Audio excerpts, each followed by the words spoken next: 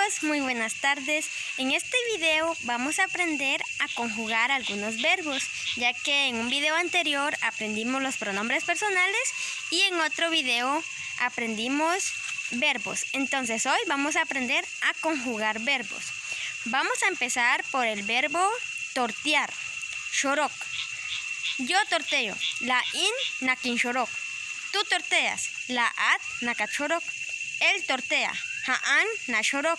Nosotros torteamos, la o nako shorok.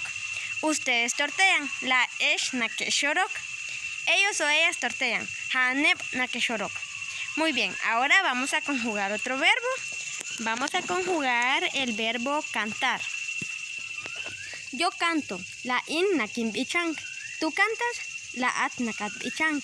Él canta, haan nap bichang. Nosotros cantamos, la o nako bichang.